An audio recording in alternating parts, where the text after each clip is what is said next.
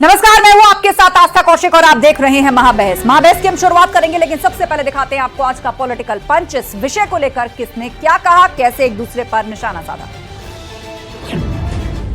PDA के दबाव की वजह से ये जो फैसला लिया है, इस जनती जनगणना के आंदोलन में देश के जितने नेता रहे, समय पर लड़ते रहे, जितने लोग साथ आए, मैं उन सबका बहुत बहुत धन्यवाद और आभार इस मौके पर देता हूं।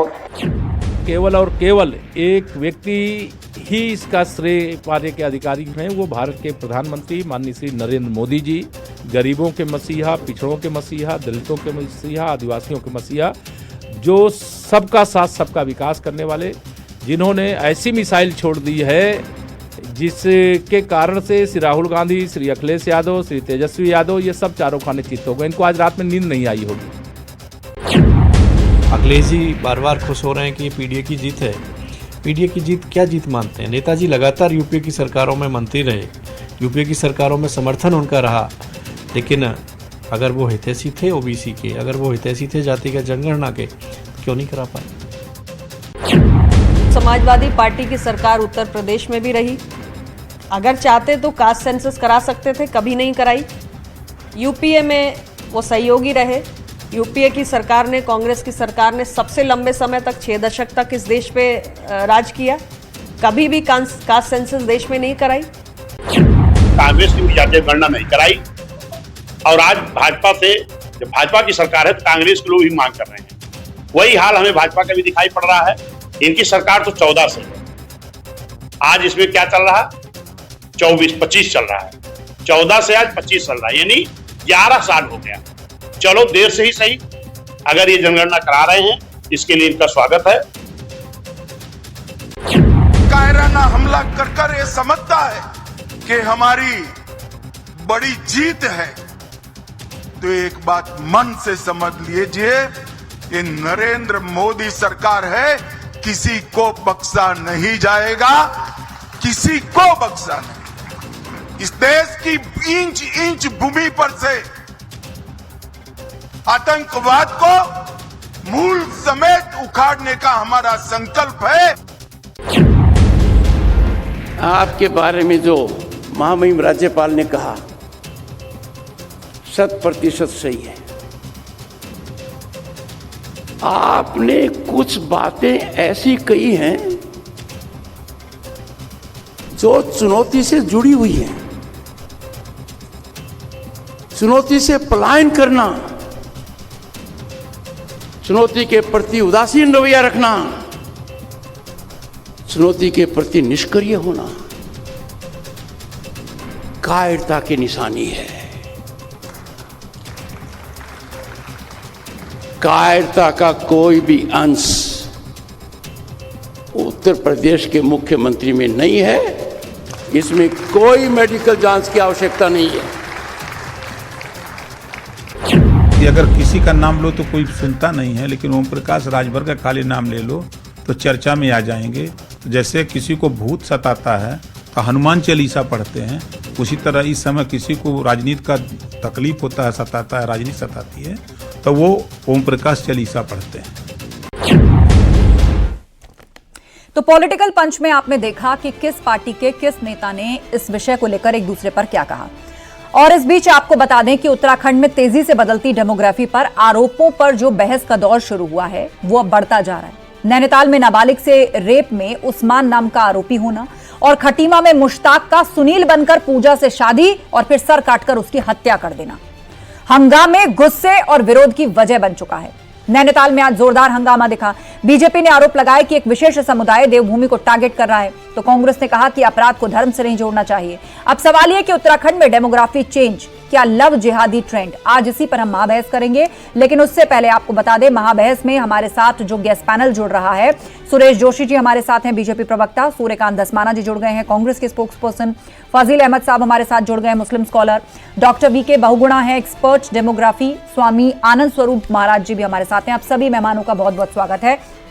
आप सभी से हम बहस की शुरुआत करेंगे, लेकिन उससे पहले अपने दर्शकों को दिखा देते हैं वो तमाम सवाल जिसके इर्द गिर्द आज की महाबहस रहने वाली है।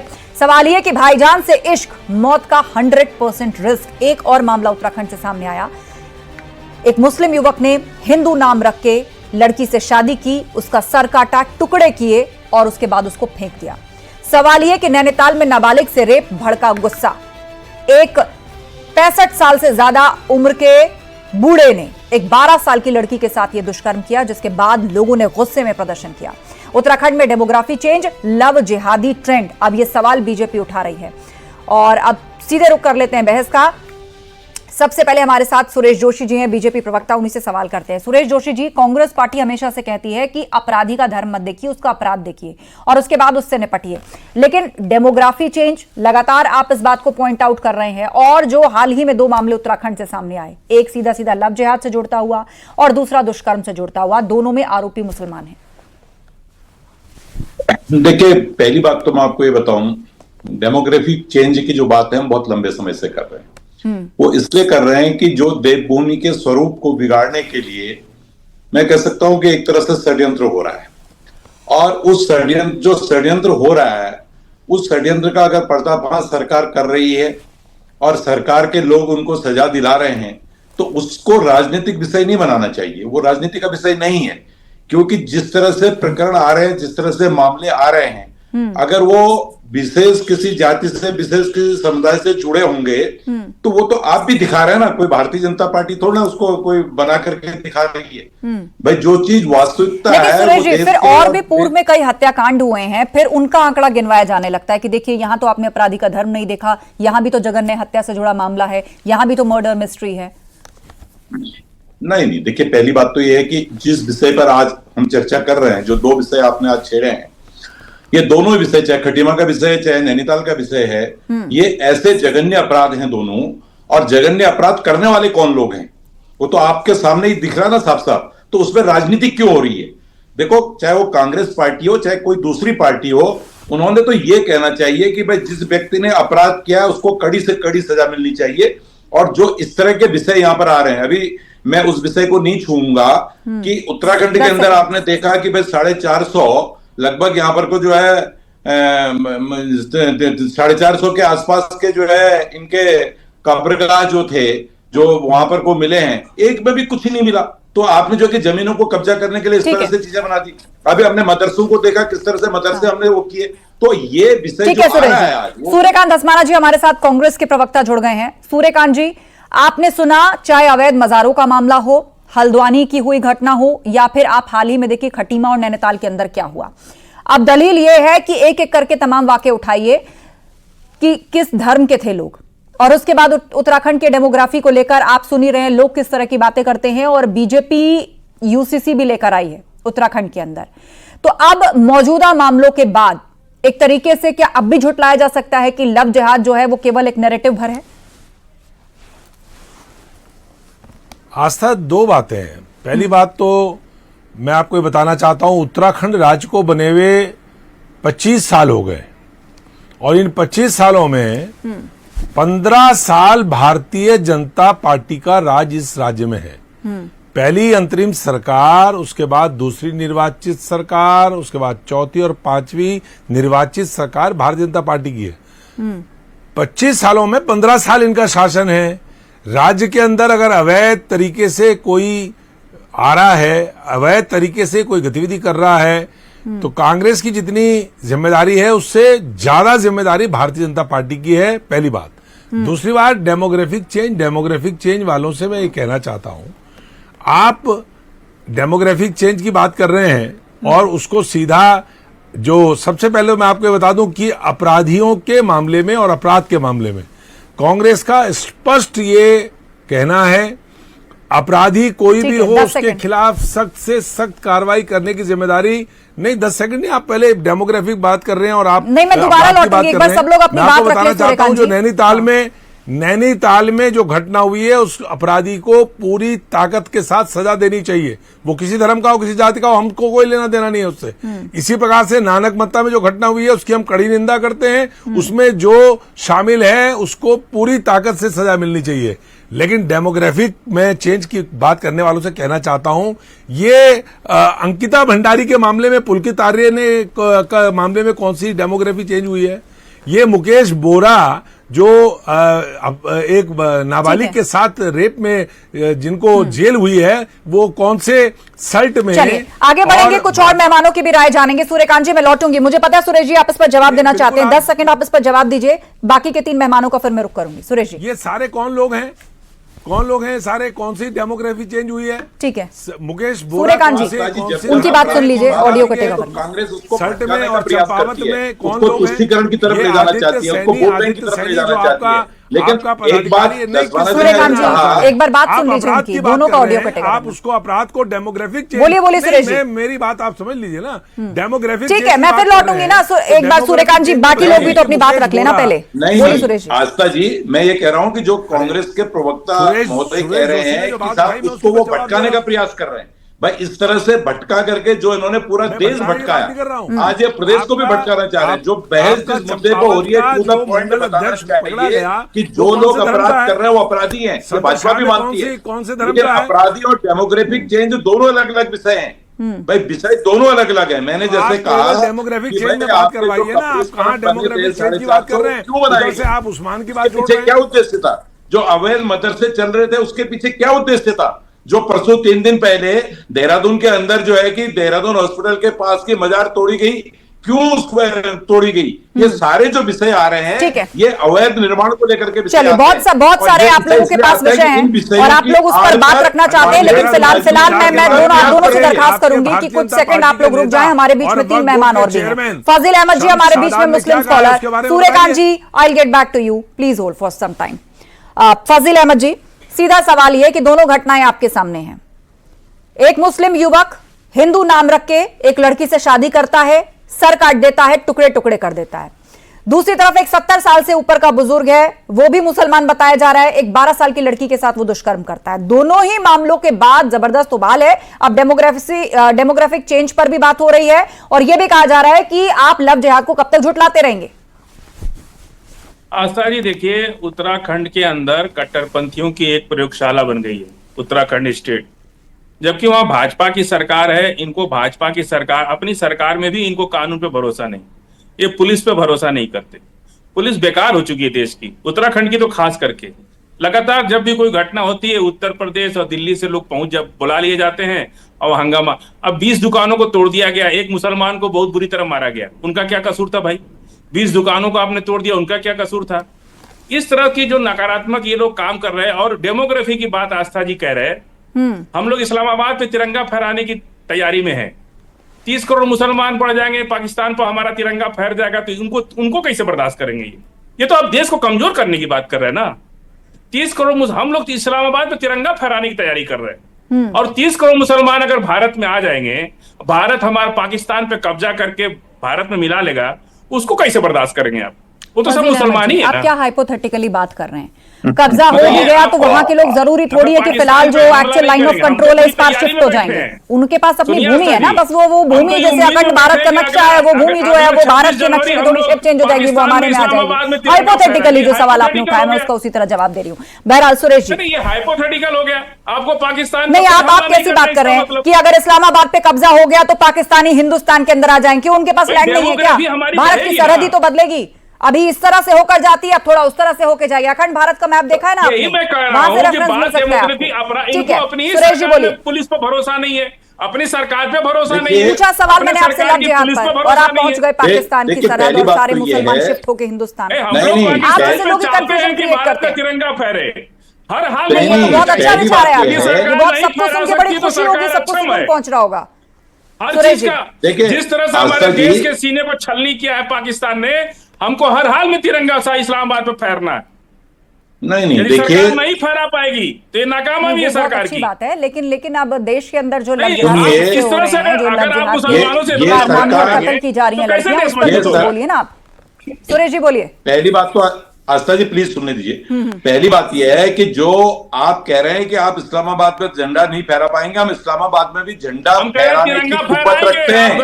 ये वही सरकार है जिस सरकार ने उरी और बालाकोट किया था, ये वही सरकार है जिस सरकार के एक्शन को लेकर के आज पाकिस्तान में बिल्कुल हम कह रहे हैं पूरी दुनिया में भारत की चर्चा है कि भारत क्या करेगा।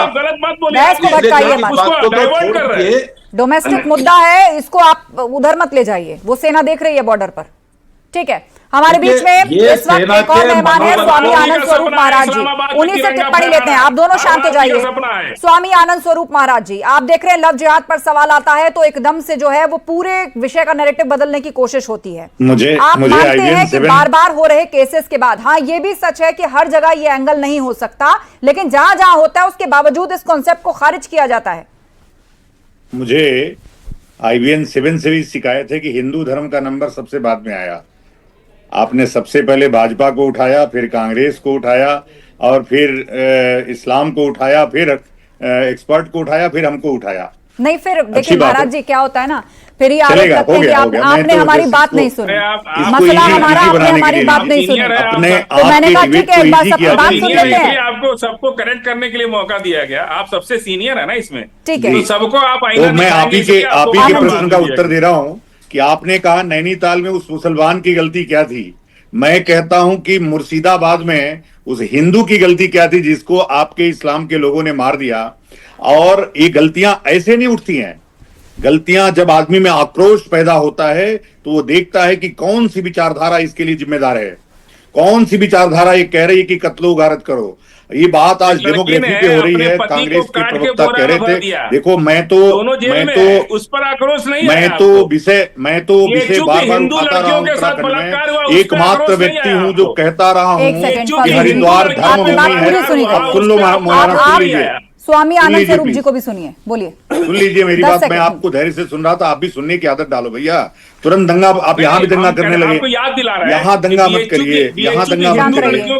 सुन लीजिए मेरी बात, यहाँ दंगा मत करिए। अब आप हर जगह दंगा, वक्त पे दंगा करने लगते हैं, यहाँ भी दंगा करने लगे। आप सुन तो लीजिए जरा। आपको मुसलमान दंगा दिखता ही है, आपकी नजर में कमी है। नहीं, फाजिल जी, अब मैंने आप शांत रहिए ना, आपको मौका मिलेगा बोलने का। मुर्शिदाबाद में उस गरीब हिंदू की, दलितों की गलती क्या थी? ये मैं आप ही के लिए कह रही हूँ, आप अगर शांत होकर सुनेंगे तो हो सकता है अगली बार आप और बेहतर काउंटर कर पाए। इसलिए एक बार उनके तथ्य सुन लीजिए, हिंदुओं ने सुन लीजिए उनके फैक्ट किया तो आपको बुरा लग रहा है। पुलिस में भरोसा नहीं है, आपको पुलिस में भरोसा था।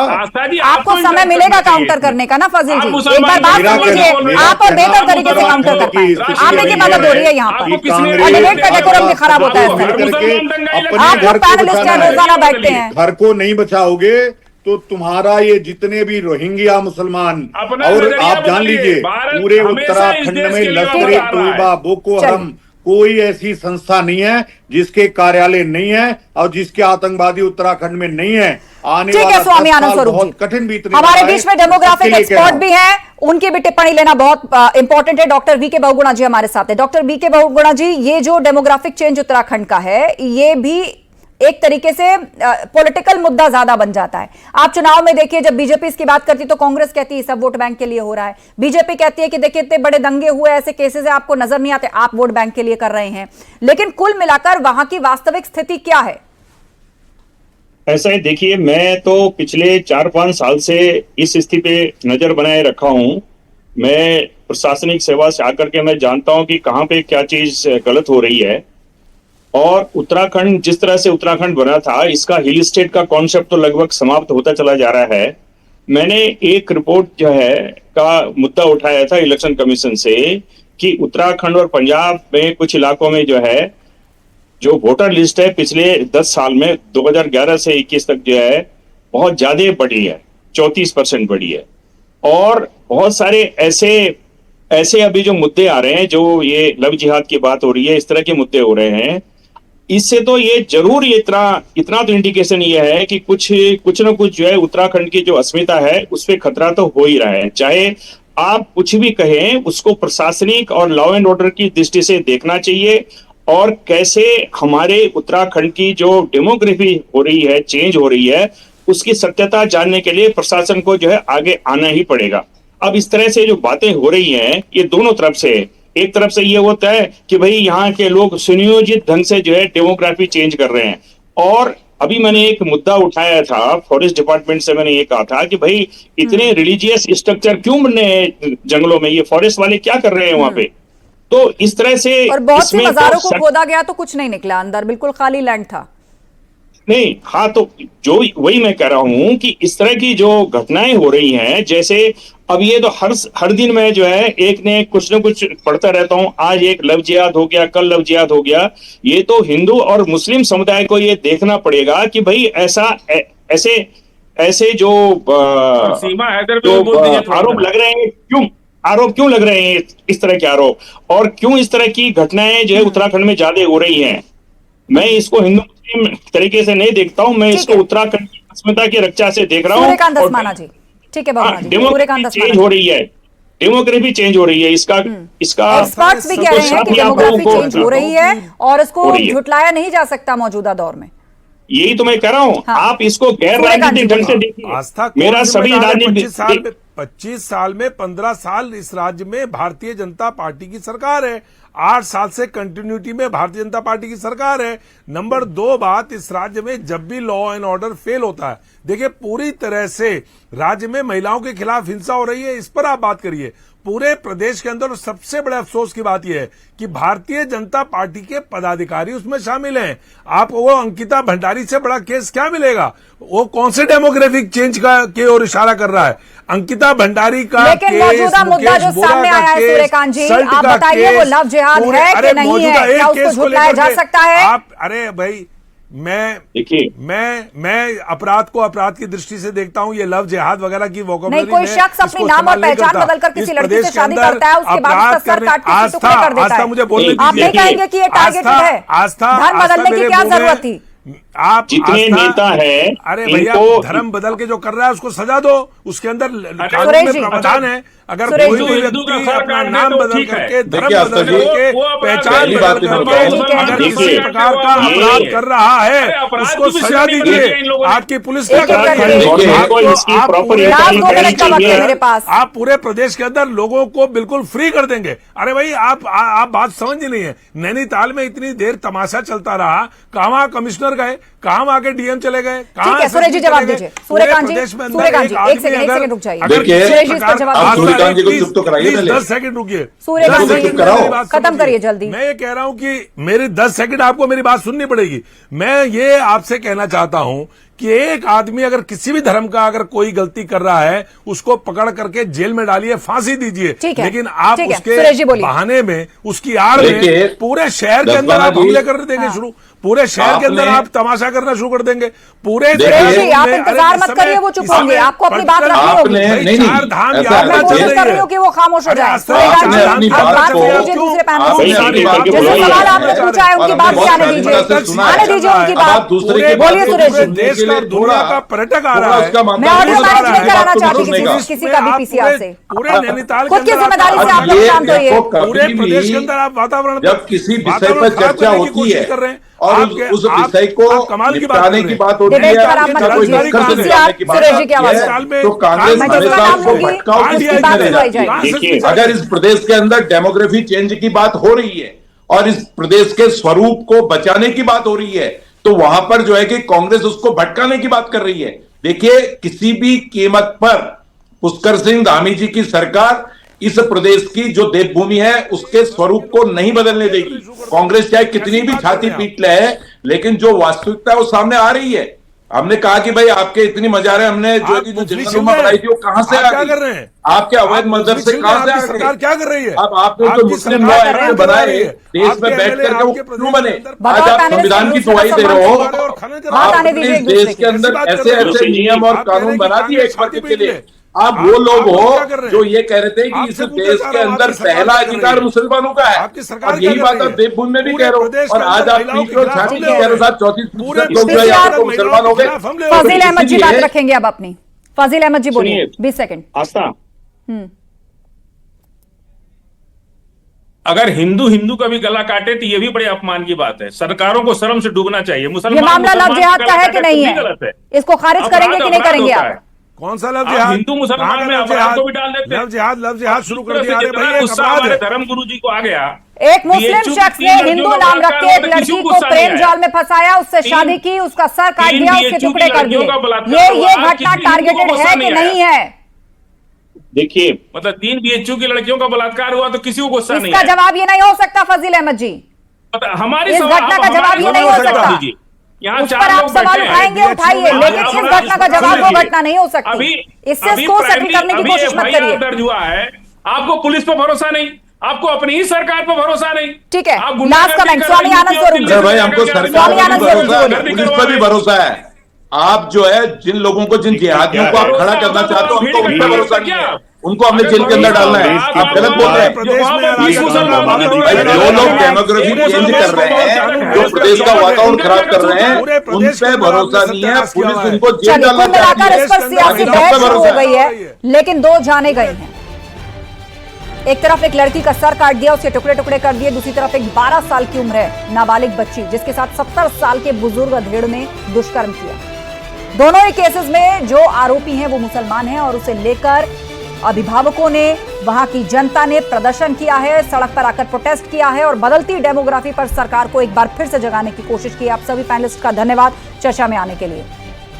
तो बदलती डेमोग्राफी पर आरोपों और बहस का दौर शुरू हो गया है। नैनीताल में नाबालिग से रेप में उस्मान नाम का आरोपी होना, खटीमा में मुश्ताक नाम का आरोपी होना, जो सुनील बनकर पहले पूजा से शादी करता है और फिर उसका सर जो है वो कलम कर देता है और उसे मौत के घाट उतार देता है, जिसके बाद अब राजनीति चरम पर है।